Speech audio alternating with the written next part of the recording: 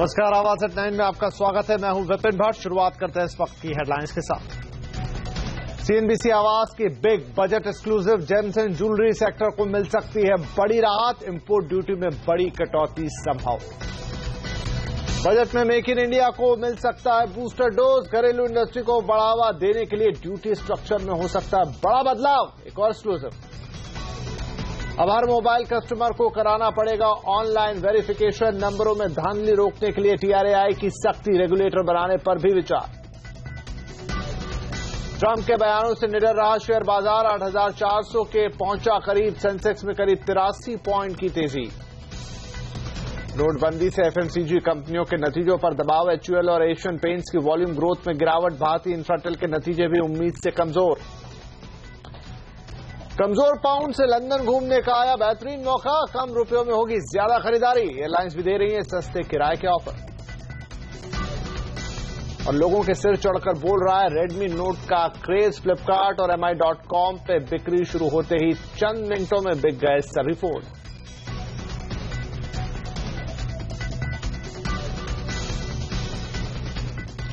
SIM card में गड़बड़ी रोकने के लिए टीआरएआई ने एक बड़ा कदम उठाया। अब हर मोबाइल कस्टमर को ऑनलाइन वेरिफिकेशन कराना होगा। नंबरों में धांधली रोकने के लिए टीआरएआई ने यह सख्ती की है। ज्यादा डिटेल के लिए अब हमारे साथ हैं हमारी संवाददाता दीपाली नंदा। दीपाली, क्या है ये पूरी खबर और फोन नंबर हासिल करने में गड़बड़ी रोकने में कैसे मददगार हासिल होगा? टेलीकॉम रेगुलेटर ट्राई और टेलीकॉम मंत्रालय ने उपभोक्ताओं के लिए ये मंजूरी दे दी थी कि अगर किसी को भी नया सिम कार्ड लेना है तो वो आधार कार्ड के जरिए ईकेवाईसी कराकर कुछ ही मिनटों में अपना नया सिम कार्ड खरीद सकता है। लेकिन अब ट्राई ने नई सिफारिश जारी की है डीओटी को, वो ये कि न सिर्फ नए उपभोक्ताओं के लिए ईकेवाईसी को जरूरी किया जाए बल्कि जो मौजूदा मोबाइल सब्सक्राइबर हैं, जितने भी मोबाइल उपभोक्ता हैं, उनका भी ईकेवाईसी किया जाए। ट्राई के मुताबिक उन्हें काफी सारी इस तरह की शिकायतें मिली है स्टेट पुलिस की तरफ से कि फेक डॉक्यूमेंट्स के आधार पर सिम खरीदा गया है और कई सारे ऐसे उपभोक्ता हैं जिन्हें शायद पता भी नहीं कि उनके नाम पर कहीं दूसरी जगह सिम कार्ड लेकर वो नंबर चालू है। ऐसे में ये सिक्योरिटी थ्रेट है, इसलिए जरूरी है कि ईकेवाईसी को न सिर्फ नए सिम कार्ड के लिए बल्कि एग्जिस्टिंग मोबाइल सब्सक्राइबर्स के लिए भी जरूरी किया जाए। इसके अलावा ट्राई ने यह भी सिफारिश की है कि आउट स्टेशन कंज्यूमर्स को भी ईकेवाईसी का फायदा दिया जाए जिन्हें अभी तक नहीं मिल रहा है। नोटबंदी के बाद देश में डिजिटल पेमेंट का चलन भी तेजी से बढ़ा है, लेकिन इसी के साथ डिजिटल धोखाधड़ी का खतरा भी मंडरा रहा है। इसीलिए डिजिटल पेमेंट के दौरान धोखाधड़ी रोकने के लिए सरकार रेगुलेटर बनाने पर विचार कर रही है।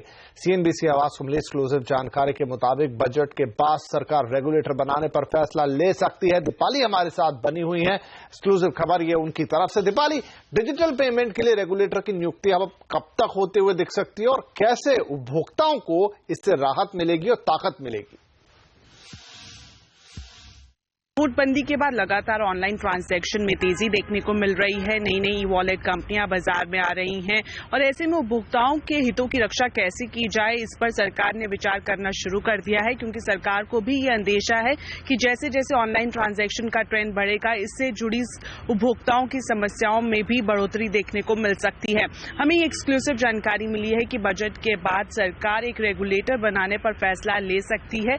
इस रेगुलेटर का मकसद यही होगा कि अगर ऑनलाइन ट्रांजैक्शन के दौरान किसी उपभोक्ता के साथ फ्रॉड की घटना सामने आती है या फिर किसी कंपनी, ई वॉलेट कंपनी या फिर फाइनेंशियल इंस्टीट्यूशन से उपभोक्ता को कोई शिकायत है, तो वो सीधा रेगुलेटर के पास पहुंच सकता है और रेगुलेटर एक तय समय सीमा में उसकी समस्या को दूर करेगा। यहां पर मैं आपको बता दूं कि पूर्व वित्त सचिव रतन वाटल ने भी ये सिफारिश की थी कि डिजिटल पेमेंट के लिए एक डेडिकेटेड रेगुलेटर की नियुक्ति की जाए, ताकि आने वाले वक्त में जैसे जैसे ये ट्रेंड जोर पकड़ेगा और इस दौरान अगर उपभोक्ताओं को किसी तरह की कोई दिक्कत आती है तो उसका समाधान निकालने के लिए एक डेडिकेटेड प्लेटफॉर्म जरूरी है। जी, बहुत शुक्रिया दीपाली इन दोनों ही खबरों के लिए। तो सबसे बड़ी बात कि उपभोक्ताओं को अब मिल सकता है नई ताकत, क्योंकि डिजिटल पेमेंट के लिए रेगुलेटर आ सकता है और साथ ही अब सिम में धांधली के किस्से भी कम होंगे, क्योंकि अब सबको केवाईसी कराना हो जाएगा जरूरी। इस तरह की रिकमेंडेशन ट्राई की तरफ से। और अब बात करेंगे बजट से जुड़ी कुछ और बड़ी खबरों की।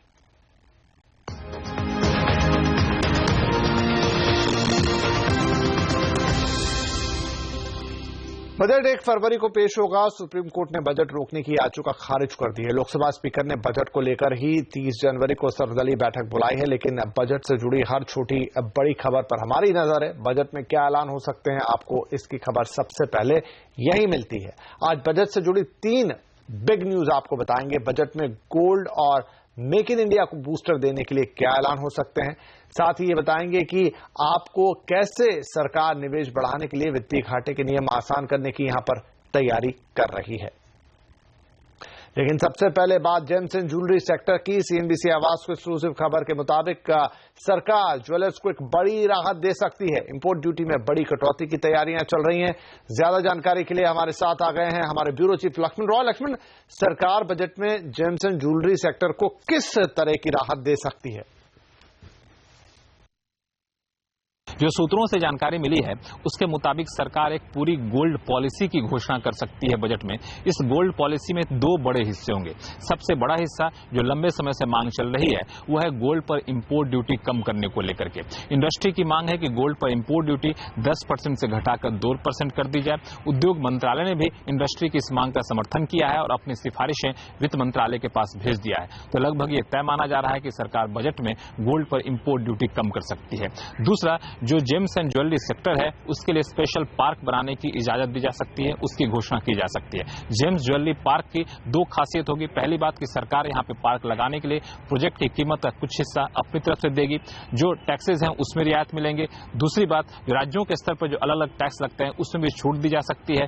जो श्रम कानून है उससे भी रियायत इस जेम्स ज्वेलरी पार्क में लगाने वाले प्रोजेक्ट को मिलेगी। और इसको लेकर के जो सूत्र बता रहे हैं वित्त मंत्रालय, वाणिज्य मंत्रालय और इंडस्ट्री के बीच कई दौर की बैठकें हो चुकी है। और चूंकि ये सेक्टर रोजगार काफी ज्यादा देता है, नोटबंदी के बाद सबसे ज्यादा परेशानी में रहा है ऐसा माना जा रहा है, तो सरकार इस सेक्टर को बड़ी राहत देने की तैयारी कर रही है। जी लक्ष्मण, इधर बजट से जुड़ी एक और बिग एक्सक्लूसिव ये है कि मेक इन इंडिया को बढ़ावा देने के लिए बजट में बड़े कदम उठाए जा सकते हैं। सरकार ड्यूटी स्ट्रक्चर में बदलाव कर सकती है। लक्ष्मण से ही इस बात को आगे बढ़ाते हैं। लक्ष्मण, सरकार कच्चे माल और तैयार माल के इंपोर्ट की मौजूदा व्यवस्था में किस तरह का बदलाव कर सकती है बजट में? देखिए, यहां पर जो पूरी योजना है वो ये है कि इन्वर्टेड ड्यूटी स्ट्रक्चर के तहत जो भी खामियां हैं उसे दूर किया जाए। इसका सीधा सा मतलब ये होगा कि चुनिंदा सेक्टर के लिए जहां पे कच्चे माल का इंपोर्ट करना महंगा होता है और उस कच्चे माल के एवज में जो तैयार माल होता है वो अगर इंपोर्ट करते हैं तो सस्ता होता है। तो इस दोष को, इस खामी को सरकार दूर कर सकती है और इसके लिए ये करेगी कि कच्चे माल के इंपोर्ट पर इंपोर्ट ड्यूटी सरकार घटा देगी ताकि कच्चे माल का इंपोर्ट सस्ता हो जाए। और उस कच्चे माल से जो तैयार माल बनता है उस पर इंपोर्ट ड्यूटी बढ़ा देगी ताकि जो तैयार माल है वो महंगा हो जाए। इसका फायदा ये होगा कि घरेलू इंडस्ट्री कोई सामान अगर बनाना चाहती है तो वो कच्चा माल सस्ते में इंपोर्ट करके यहां बना सकती है और घरेलू बाजार में बेच सकती है। अभी क्या होता है कि घरेलू इंडस्ट्री अगर कच्चा माल लाती है, यहां आकर बनाती है, तो तैयार माल जो निकलता है वो तैयार माल सीधा सीधा कोई इंपोर्ट करता है तो ज्यादा सस्ता पड़ जाता है। तो सस्ते इंपोर्ट से घरेलू इंडस्ट्री जो परेशान है उससे राहत देने की तैयारी चल रही है और इसके लिए 3 सेक्टर इसको सबसे ज्यादा फायदा होगा अगर ऐसा किया जाता है। तो एक है केमिकल सेक्टर, दूसरा इलेक्ट्रॉनिक सेक्टर और तीसरा यहां पे कुछ हद तक मेटल सेक्टर है जिससे इससे राहत मिलने की संभावना है। जी शुक्रिया लक्ष्मण इस पूरी जानकारी के लिए। बजट में मेक इन इंडिया को बूस्टर तो मिलेगा, सरकारी खर्च बढ़ाने के रास्ते भी आसान होने की उम्मीद है। सरकारी खर्च बढ़ाने के जो नियम है उसे सरल किया जा सकता है। वित्तीय घाटे पर एनके सिंह कमेटी ने वित्त मंत्री अरुण जेटली को रिपोर्ट सौंपी है। सूत्रों के मुताबिक इसमें वित्तीय घाटे को 3 से 3.5% रखने की सलाह दी गई है। FRBM एक्ट के मुताबिक अगले साल के लिए वित्तीय घाटे का लक्ष्य 3% रखना जरूरी है। FRBM कमेटी के प्रमुख एनके सिंह का कहना है कि रिपोर्ट में ग्रोथ और वित्तीय घाटे के बीच बैलेंस बिठाने की कोशिश की गई है। The title of this report is Responsible Growth, a debt and fiscal management report. So debt and debt issues are also pretty frontal in that. Responsible growth? Responsible growth, a debt and fiscal framework. Share बाजार आज अमेरिकी राष्ट्रपति Donald Trump के डर से उबरने में कामयाब रहा, लेकिन बाजार की शुरुआत यहां गिरावट के साथ ही हुई थी। उसके बाद जल्दी ही बाजार में अच्छी खरीदारी आई। कारोबार के आखिर में सेंसेक्स आज 83 पॉइंट और निफ्टी 42 पॉइंट की तेजी के साथ बंद हुए हैं। मेटल और बैंक शेयरों में आज जोरदार खरीदारी नजर आई। आईटी शेयर्स भी आज दबाव से उबरने में कामयाब रहे, हालांकि फार्मा पर दबाव जरूर देखने को मिला। दिग्गज एफएमसीजी कंपनी एचयूएल के नतीजे उम्मीद से कमजोर रहे हैं। कंपनी की वॉल्यूम ग्रोथ में कमी आई है, वहीं मार्जिन्स पर भी दबाव देखने को मिला है। एचयूएल के नतीजों पर और बातचीत करने के लिए हमारे साथ हैं research analyst Varun Dubey. Varun, HUL के नतीजे कमजोर रहे हैं, लेकिन दबाव कहां से आया है?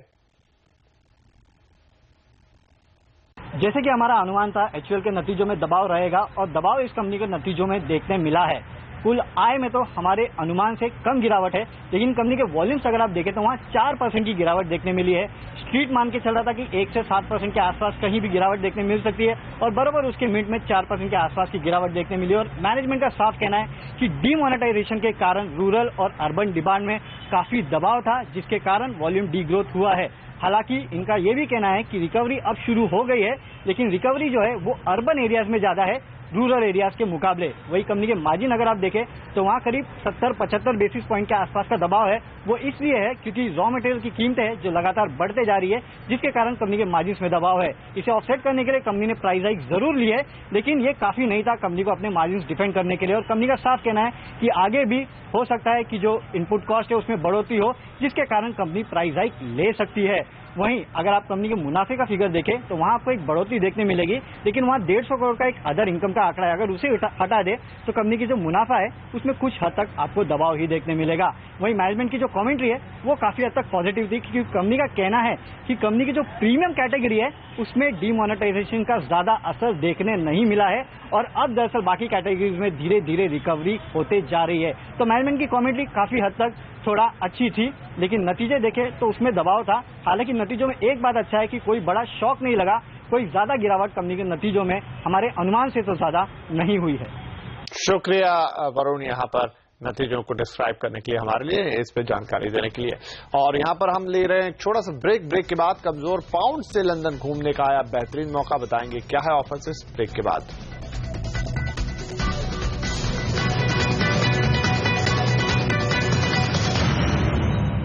तमिलनाडु विधानसभा ने जल्लीकट्टू पर रोक हटाने वाले विधेयक को सर्वसम्मति से पारित कर दिया है। शनिवार को ऑर्डिनेंस के जरिए जल्लीकट्टू पर रोक हटा दी गई थी, लेकिन प्रदर्शनकारियों का कहना था कि वो स्थायी समाधान चाहते हैं, इसलिए आज विशेष सत्र बुलाकर ये बिल पास कर दिया गया, जो अब अध्यादेश की जगह ले लेगा। लेकिन इससे पहले आज दिन भर तमिलनाडु में हिंसक प्रदर्शनों का दौर जारी रहा। सुप्रीम कोर्ट ने केंद्र सरकार को देश के सभी मोबाइल धारकों की पहचान को वेरीफाई करने की व्यवस्था बनाने को कहा है। मोबाइल सिम कार्ड के वेरिफिकेशन पर दायर याचिका पर सुनवाई करते हुए कोर्ट ने केंद्र को यह निर्देश दिया है। सुप्रीम कोर्ट का कहना है कि मोबाइल सिम कार्ड का बैंकिंग में इस्तेमाल बढ़ रहा है, इसलिए सरकार मोबाइल धारकों की पहचान के सत्यापन की व्यवस्था बनाए। इस पर जवाब देने के लिए कोर्ट ने केंद्र को 2 हफ्ते का वक्त दिया है। Xiaomi का Redmi Note 4 पिछले गुरुवार को लॉन्च हुआ और आज से इसकी बिक्री mi.com और फ्लिपकार्ट पर शुरू हुई, लेकिन आज कुछ ही सेकंड्स में सारे फोन बिक गए। क्या है इसके खास फीचर्स और किन मोबाइल से है इसका मुकाबला, आइए आपको दिखाते हैं। Redmi Note 4 पहली नजर में एक फीचर पैक्ड फोन लगता है। इसमें 5.5 इंच का डिस्प्ले है जो फुल HD वीडियो सपोर्ट करता है। तेज प्रोसेसिंग के लिए 64 बिट आर्किटेक्चर वाला Qualcomm Snapdragon 625 प्रोसेसर है, वो भी 4 GB रैम के साथ।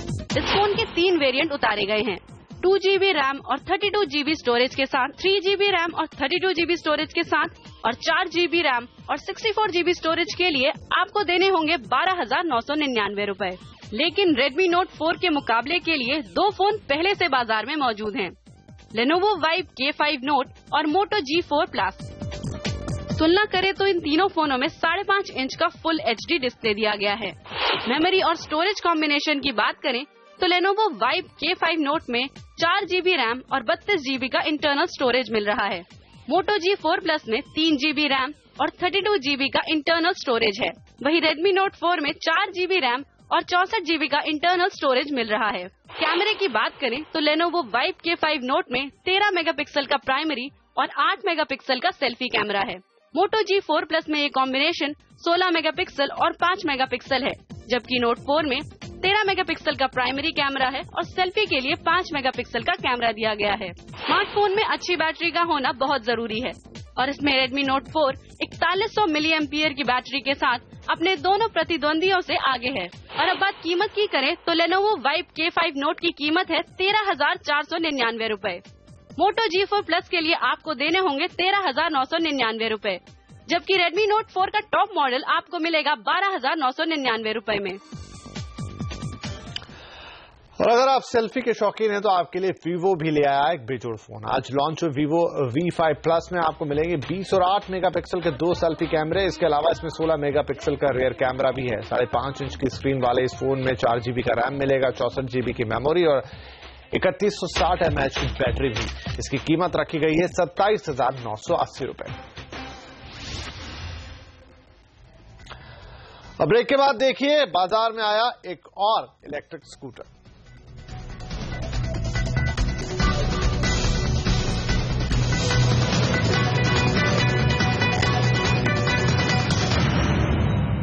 इलेक्ट्रिक स्कूटर बनाने वाली कंपनी ओकिनावा ने आज अपना रिज इलेक्ट्रिक स्कूटर लॉन्च किया है। इस नई रिज इलेक्ट्रिक स्कूटर की कीमत है 43,700 रुपए। रिज स्कूटर को फुल चार्ज करने में 3 से 6 घंटे का वक्त लगता है और उसकी बैटरी फुल चार्ज होने पर करीब 80 किलोमीटर तक का सफर तय कर सकती है। अगर आप लंदन घूमना चाहते हैं तो अभी आपके पास बेहतरीन मौका है, क्योंकि लंदन जाना अब सस्ता हो गया है। एक तरफ लगातार पाउंड की गिरती कीमतों से आपकी जेब पर बोझ कम होगा, खरीदारी सस्ती होगी। दूसरी तरफ लंदन सैर कराने के लिए एयरलाइंस कंपनियां सस्ते किराए के साथ साथ शानदार प्रमोशनल ऑफर्स भी दे रही हैं। ऐसे में इंडियन ट्रैवलर्स के लिए लंदन एक पसंदीदा शॉपिंग डेस्टिनेशन बन सकता है। नए साल में अमेजॉन के पहले ग्रेट इंडिया सेल को जबरदस्त रिस्पांस मिला है। 3 दिन चली इस सेल में दिवाली से ज्यादा बिक्री हुई है। रोज के मुकाबले इस सेल में टियर 2 और टियर 3 शहरों में करीब 200% ज्यादा बिक्री हुई। साथ ही इस सेल में लोगों ने कैशलेस ट्रांजैक्शन का ज्यादा इस्तेमाल किया। पहले के मुकाबले करीब 30 गुना ज्यादा लोगों ने कैशलेस ट्रांजैक्शन किया।